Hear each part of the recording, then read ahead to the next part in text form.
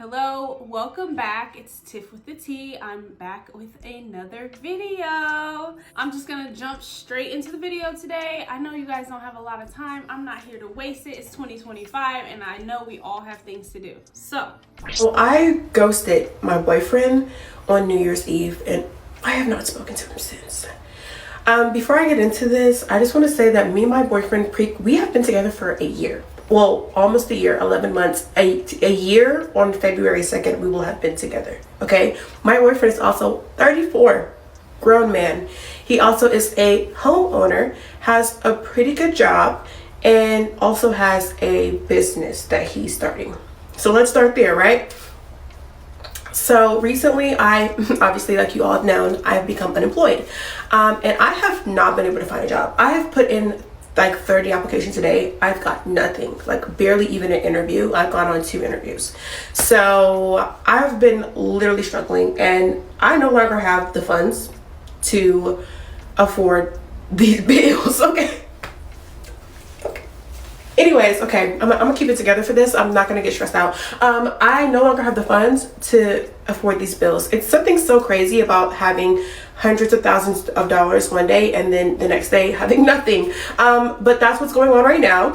And wait, how do you go from having hundreds of thousands of dollars to having nothing? That's poor financial management. so I am vulnerable with my man and I go, hey, I'm gonna need to like stay with you for a little while I get myself together. Like, I don't have anything on the rent, and so I'm gonna need to move with you while I get myself together. Mind you, I said he has his own house, his own 3-bedroom apartment in a nice neighborhood. He also has a best friend. His best friend lives with him, mind you, and has been living with him for however many years that he's like lived there, almost the whole time he's lived there. And so I'm like, if his best friend can live with him, why not his girlfriend, you know? So I'm like, hey, I need a place to stay. Which honestly, in hindsight, I shouldn't even have to ask for that. He knew I was struggling. He should have said, hey, let me take something off of your plate. Like, come stay with me so that you can breathe and get this. If he really cared about me, he would have said that, but he didn't. He sat there and he watched me struggle and then watched me get to the point where I was like, hey, I just need a break. Like, I'm literally so depressed. I'm losing my mind. I can't find anything. Can you please help me? And he said, no. He said no. He said, no, you cannot live with me. Mind you, living with him is free. Doesn't cost him anything. So I already see what the problem is. She lost her job and she feels entitled to her man's living situation. And I'll have to disagree just because she mentioned that he has a roommate that lives there. So she figured, what would the problem be with her living there? She told him, I ain't got nothing on the rent. I'm pretty sure that the roommate staying there is paying half of the rent. She wants to basically be a mooch, live off of her boyfriend for free until she can get back on her feet. And I think that she has like a bit of an entitled mindset to assume that that would be okay with somebody, boyfriend or no boyfriend. This is America and it's expensive to live. Like, he's now gonna have to feed you, house you, possibly clothe you, and pay for all your needs. That's a big responsibility to sign up for, and I don't think that she should just assume that he would be okay with taking that on. I don't think it's fair. You're not engaged, you're not married. If he was your husband, sure, but you've already shown some signs that you are financially irresponsible. You said you went from hundreds of thousands of dollars to zero. And I think that there are some red flags that he's probably seen, which is probably why you got a hard no. He said, no, I can't live with him. At first he goes, oh, I like that we have our own places to retreat to when we get into our arguments. And wrong answer. Number one, when we get into arguments, we never leave. Like, we stay in the same room and we continue to talk it out until we work it through, which I think is a really good habit that we have and a really good green flag that we have in our relationship. Yes, do we get into arguments? So does everyone. Yes, do I lose my cool? I'm a woman, but I rein it back in and we figure it out and nobody goes home. So that's a weird thing to say. We've never even done that. So the fact that he brought up arguing, that to me means that this man, at the top of his mind, is the way they argue. For one reason or another, he likes to be able to get the hell away from her when they get into it. And he realizes that if she lives with him, he's not going to be able to have that space to himself. He's probably not ready for that. So this is the problem that a lot of women have. When a man tells you what they want or what they don't want, you interpret it as your own thing. You interpret it the way you want to interpret it instead of actually listening to what he's telling you. This man is telling you, with the way you guys argue, he needs his space. There are two things that he has obviously not figured out. Number one is whether he wants to make that commitment with you. He doesn't know if you're the one, if he's ready to do all that. And number two, at the top of his mind, he is thinking about the way you guys argue. He feels that it's so toxic, or something about when you guys argue, it's better for him to be able to retreat to his own space. You guys have not gotten to a point where you can argue and live in the same house. That's something important he's telling her, and she's just overlooking it. She's like, well, when we argue, we always talk it out. We come up with a solution. Not in his mind. In his mind, your temper or his temper, it gets to be too much where he feels like he needs to separate himself from the situation. So that's what I hear. Done that. Second of all, that sounds like a problem to me, not a solution. When we get into arguments, we should not be leaving, because what happens when we get married? There is no way to go. We both live in the same house. So maybe that's not a good habit to start. Being that we have not started yet, maybe let's not start that now. On our very first... I'm willing to bet you she's the type of woman that is hard to get away from. When they're getting into it, I'm sure she chases him around the house, running her mouth, continue after he says to stop, and he gets to the point where he just has to leave and go home. I can tell that's the type of woman she is. Very first day, I told him that I wanted to be engaged within a year. I said, after a year, I want to be engaged. He said that's plenty of enough time for someone to know whether or not they want to get married or not. This is what he said. We have talked about it, I shit you not, probably 10 times throughout this year, and never once did he say, I don't think this is going well enough for that to be a realistic goal anymore. Never once did he say, hey, like, let's pump the brakes. I don't think that we're doing that well for it to get to that. So I'm thinking we're doing well, we're on schedule. After a year or a year and a half, we'll probably get engaged. Then he goes, I don't think I want to live with someone again until I'm married to them. Which is some new boundary that he literally just made up, because he's never said that the whole time we've been together. And I go, maybe it's not a good idea that you live with someone after you already got married to them, because what if you guys are not compatible to live together and you don't know that until after you're already married? Then what? So telling her that he doesn't want to live with somebody until he gets married, I feel like this man already kind of knows. He either knows that he doesn't want to be with her forever, or he's still working through some things.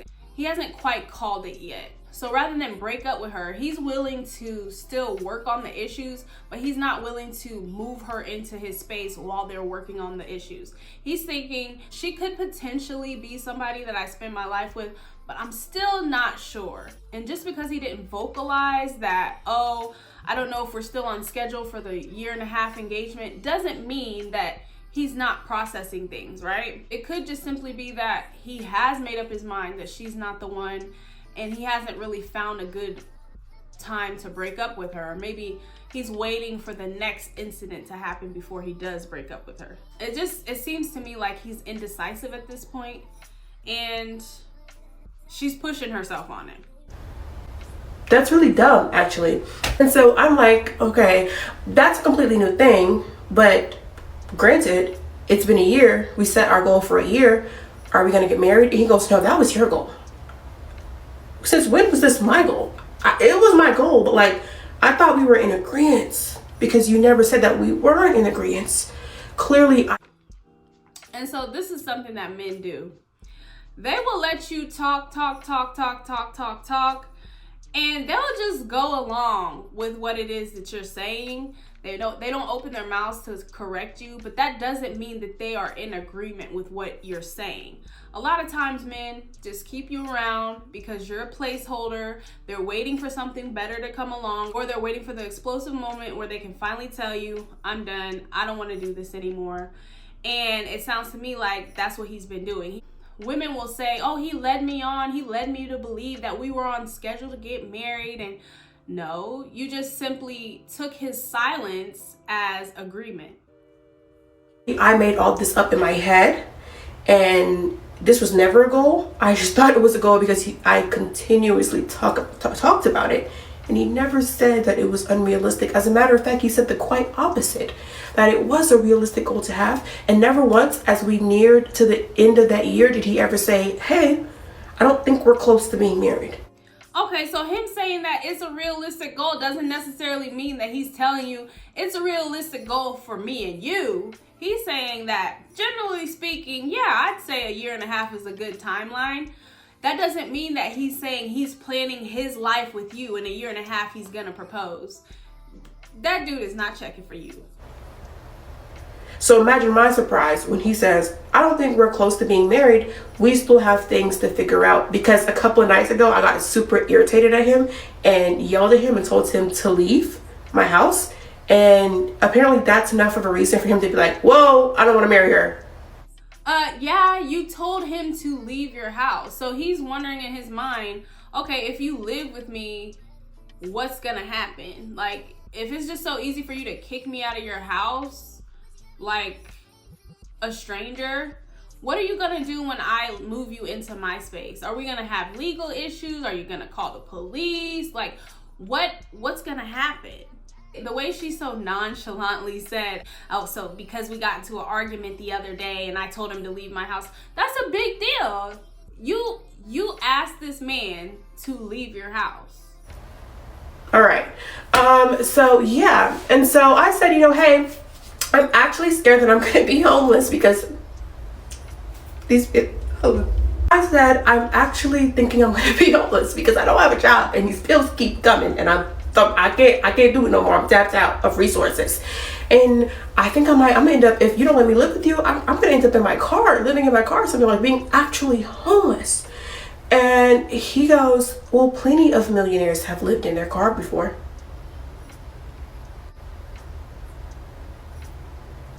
I'm so sorry. I shouldn't laugh at that. I shouldn't laugh at that. But that is all you needed to know. Like, that man is basically telling you, you are not even a blip on his radar. You guys are barely in a relationship at this point. He doesn't mind if you stay or if you go. That's what that tells me. Let me know what you guys think. But to me, that's how I interpret it. He really doesn't care if you're here or not. The fuck? So basically he said, yeah, no, I'm not gonna help you. I'm sorry that you're dealing with this. I know it's hard, but basically he told me that you never really do have anybody to depend on and you come alone in this world and you are your own person and you should be your number one priority because nobody else is going to be dependable, which I translated to he is not someone I can depend on. Why would I ever marry someone that I can't depend on? I'm a dependable person. I've had friends that I've let stay with me, that I've given a place to stay for free, that I've been able to like say, hey, you can lean on me. Like, don't worry about nothing. Take a break. I got you. So if I can be dependable to my friends, you can be dependable to your girlfriend.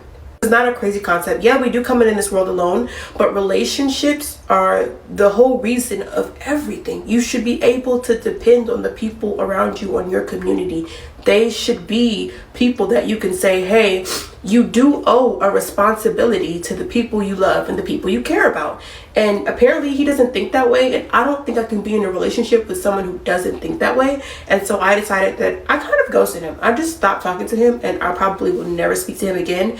That really turned me off. And yeah, that's why I broke up with my boyfriend, because he said it was okay that I be homeless. I should be homeless while he goes home to his 3-bedroom house in a nice neighborhood and rubs his feet together under his nice comforter set, his nice sheet set, and watches his 70-inch TV on the wall and twiddles his thumbs together. Wait a minute. Why is she mad about him enjoying what he worked for? How is it his fault that you are unemployed and on the brink of homelessness? Now you mad because he's rubbing his feet together, watching his 70-inch TV? Girl, why are you clocking what he got? Why are you clocking his pocket? You need to be focused on the fact that you ain't got no job and how you gonna get a 70-inch TV.